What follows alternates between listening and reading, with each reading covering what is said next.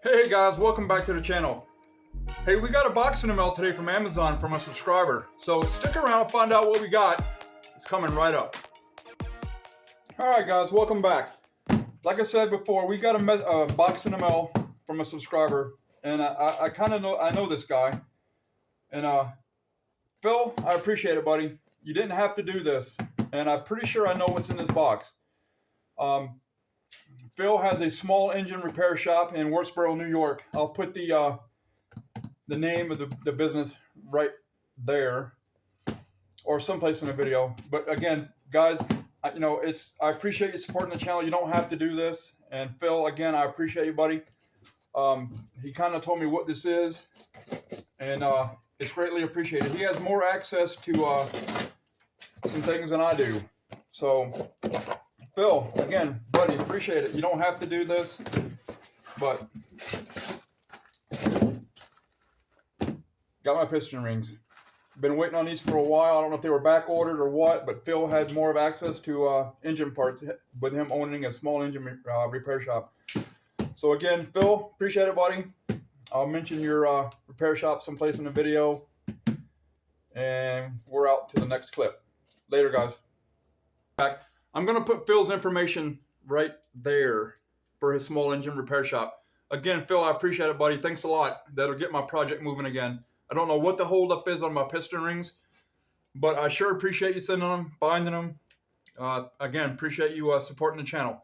So now we're going to check the end gaps, because on a turbocharged engine, I want to run about 26 to 28 thousandths on my top and second ring.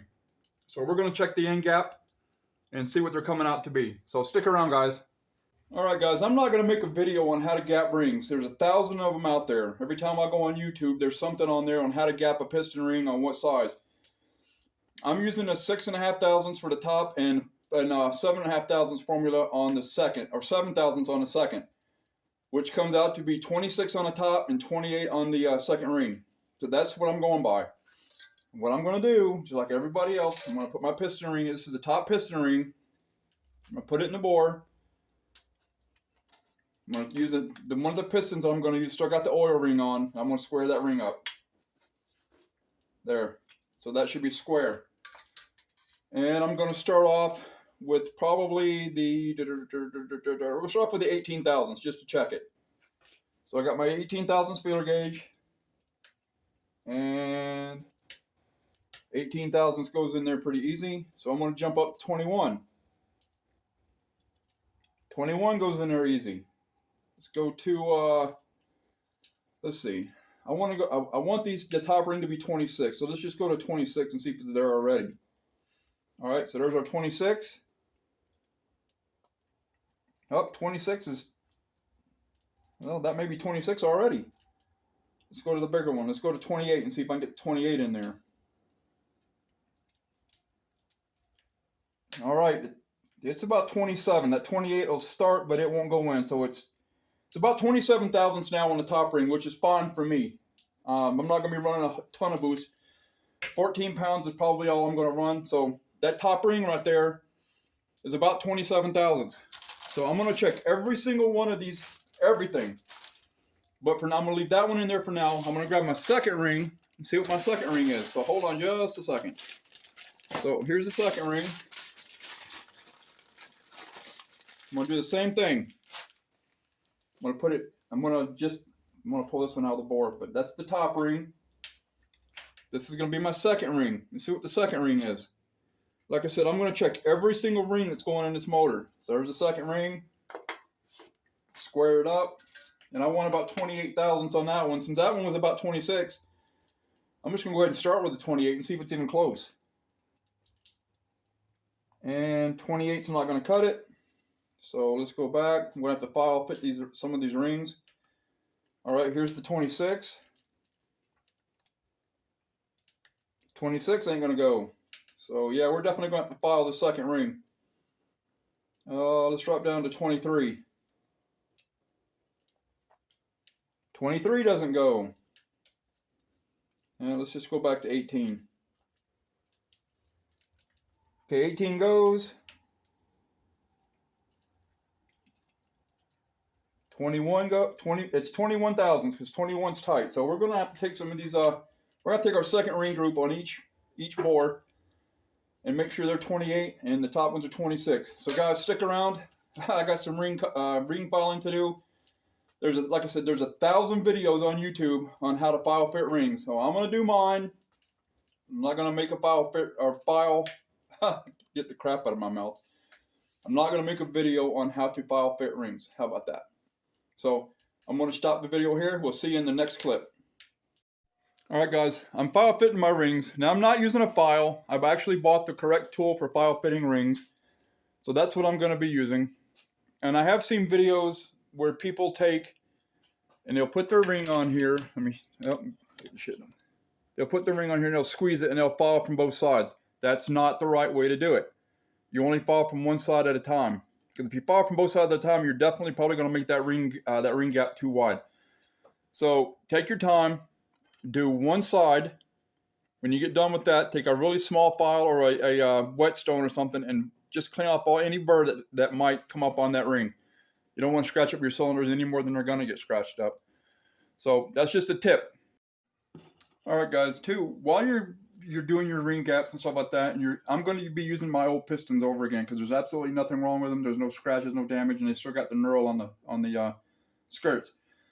I'm going to take an old piston ring. I'm going to break it in half like this, insert it into the ring groove, and I'm just going to clean any of the garbage that's in there out because there's always a little bit of trash, carbon, whatever in there, and that's just a tip.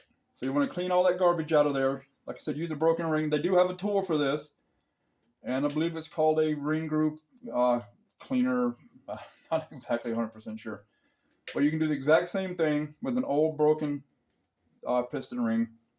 You just want to get all that carbon. You don't want to gouge it. You don't want to dig it. You just want to get the carbon out of there. So there's just another tip, guys. See you in the next clip. All right, guys. One of the things I am going to do is I'm going to make sure my harmonic balancer is true on top dead center. So I installed one of the pistons, and I have the dial indicator set at 0. I have it set at 0. Let me get it in here. Focus. It's on 0 on the harmonic balancer. So we're going to do a complete revolution and see where it ends up. Going to bring this back to 0 at top dead center, which is, it's 1 degree off, so it's probably on my tolerance. And it's probably 1 degree off there. So let's back this up to 0. And look at there, guys. The harmonic balancer is dead on. Right back to 0. So it hasn't slipped on our elastomer. It's kind of hard to slip when it's brand new. So I just wanted to check it to make sure it was actually in the right spot. And it is. Sometimes having the correct tools is a way to go. I bought that at Harbor Freight for a little than nothing. I think it was maybe $40 total for both of them. So that's just one thing, guys. I got all the rings gapped. Haven't installed them yet, but there's no sense in showing you all that. I just wanted to show you that the timing is dead on as far as the harmonic balancer and the piston being at top dead center. And the piston is right at the top, maybe 10 thousandths in the hole. So it's going to be a good turbo motor, I believe. So stick around for the next clip, guys. And by the way, if you like this video, please like, share, and subscribe. I'm getting close to 500, guys. I need to get 1,000. So help me out. Come on, guys, help me out. Hit that button. Hit the like, share, and subscribe button. All right, guys, this is how far we are so far. I'm down to the last 2 pistons. Everything's been, all the rings have been filed to 26 and 28. 28 on the second, 26 on the top. Nice and smooth. Look at that. So we got 2 more to go, and then pretty much a short block will be together. So stick around, guys, for the next clip. And if you like my video, please like, share, and subscribe. I've already said that once in the video, but I'm going to say it again. Stick around, guys. All right, guys, we're back. The pistons are all in. Top ring's gap 26. Second ring's gap to 28. So the short block's together. Cam's in it. Lifters are in it. Dog bones. And the spider's in. Front cover's on. Check the harmonic balancer for true top dead center. It's there. So that's all good. The cam is a Trick Flow Specialty Stage 3, 236, 248, 575, 595 on a 110 lobe separation. So it already has some chop to it. And like Richard Holdner says, every cam's a turbo cam. So short blocks together. Cylinder heads are right here. They're ready to go. Titanium retainers, big springs, lock, screw and studs, guide plates, the whole 9 yards. Intake manifold, carburetor. It's all boost reference, ready to go. So that's where we're at right now, guys. It's getting close. It's getting real close to being put together. I'm going to have to order an oil pan, and we're going to have to order a new distributor because my 302 distributor, of course, won't fit the 351. So a new distributor and a new 7-quart oil pan are in order because I am going to run a high volume pump on this motor. Not a high pressure, but high volume. The pressure will come with volume. So stick around to the next clip, guys. All right, guys, like you've seen from the previous clip, the short blocks together, the heads are all done, they're ready to go, the intake manifold's ready to go. Car's still sitting there without an engine. So we're still waiting on an oil pan. We're going to do the piston valve clearance issue, which I know I have. The intake valves are 208, so they're definitely going to come in contact with the piston. So we got to do some clearancing. So we're going to stop the video right here. Hey guys, if you like the video, please like, share, and subscribe.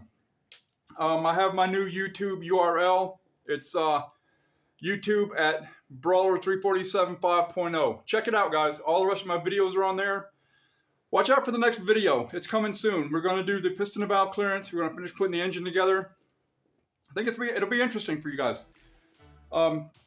Nothing's going to the machine shop. I'm doing this all in my little garage right here. So everything's getting done here.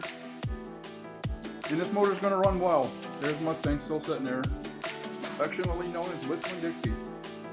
And we got some bad weather coming in, guys. We got a nor'easter coming in. I live in upstate New York, so we're about to get 14 inches of snow. So the videos may take a little bit. So guys, until next time, we're out of here.